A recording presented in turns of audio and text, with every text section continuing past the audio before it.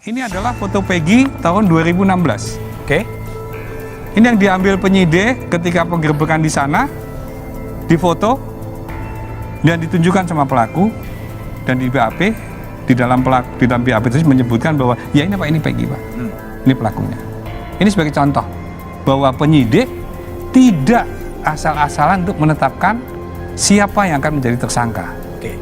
Dan prosesnya sangat panjang. Dari hasil visum di mana lukanya cukup parah, lehernya patah, mohon maaf, ada rahang atas, rahang bawah juga patah, ada luka terbuka akibat senjata tajam dimungkinkan di sana, akibat benda tumpul juga ada, sehingga korban untuk tersangka, mohon maaf, almarhum Eki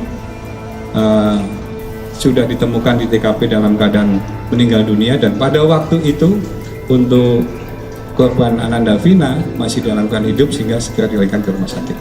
Pada laporan yang disampaikan oleh Rudiana pada tanggal 31 Agustus.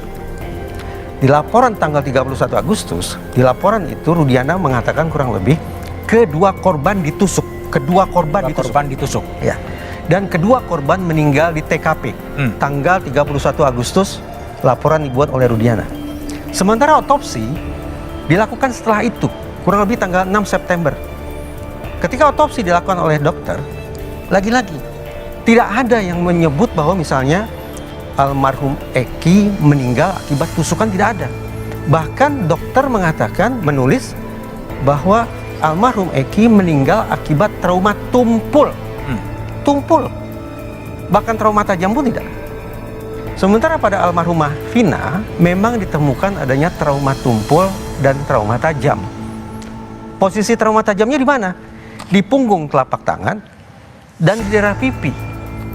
Jadi, yang ingin saya katakan, ini menarik untuk dicari tahu. Ya. Kenapa pada tanggal 31 Agustus Rudiana sudah melaporkan bahwa kedua korban itu ditusuk dan meninggal di TKP. Di dalam fakta pengadilan itu ada saksi yang didatangin oleh pengacara para pelaku beserta orang tua para pelaku yang minta agar tidak memberikan keterangan sesuai dengan faktanya.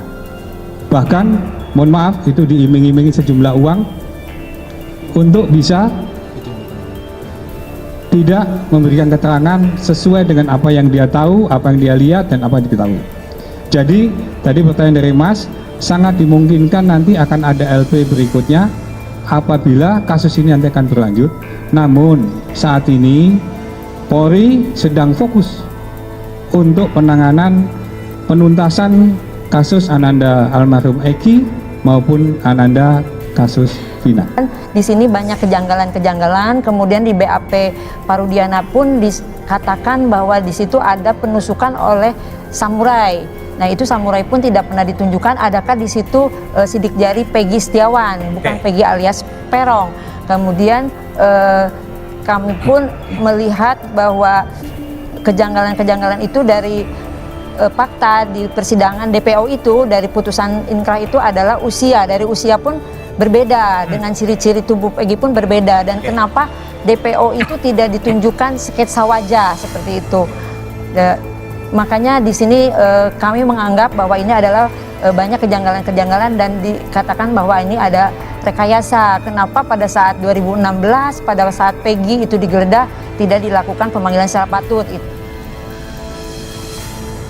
Polda Jabar gelar prarekonstruksi kasus Vina Cirebon disambut teriakan Peggy tak bersalah. Gelaran prarekonstruksi yang digelar tim penyidik di Treskrimum Polda Jabar atas kasus Vina dan Eki pada Rabu 29 Mei 2024 malam masih menarik untuk dibahas.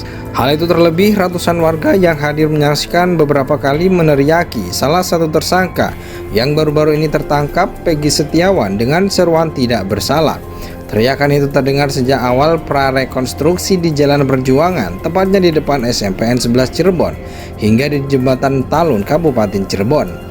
Dua lokasi tersebut menjadi saksi bisu peristiwa tragis tahun 2016, di mana Vina dan Eki meninggal dunia akibat penganiayaan oleh sekelompok geng motor. Vina bahkan sempat diperkosa secara bergiliran di lahan kosong di sebuah gang seberang SMPN 11 Cirebon.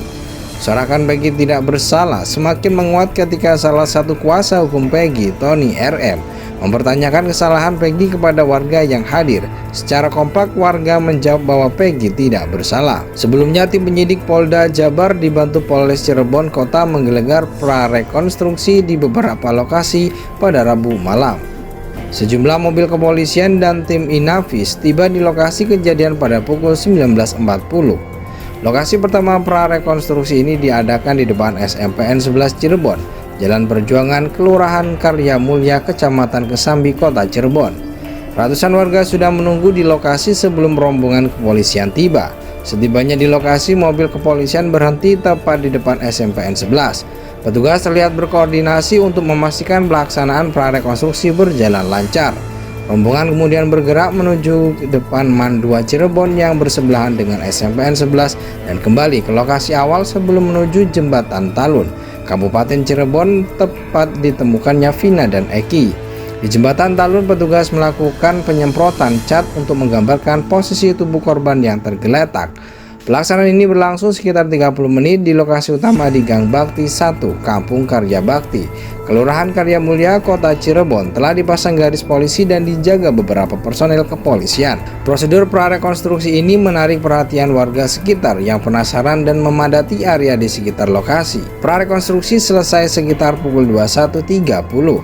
Keluarga Peggy Setiawan termasuk Ibunda dan dua adiknya turut hadir bersama kuasa hukum mereka, Sugianti, Iriani, dan Tony RM. Berikut lokasi-lokasi yang menjadi titik prarekonstruksi dalam kasus Vina dan Eki oleh Polda Jabar. Antara lain, dengan adanya prarekonstruksi ini diharapkan dapat memberikan gambaran yang lebih jelas mengenai kejadian pembunuhan tersebut dan membantu proses penyidikan lebih lanjut.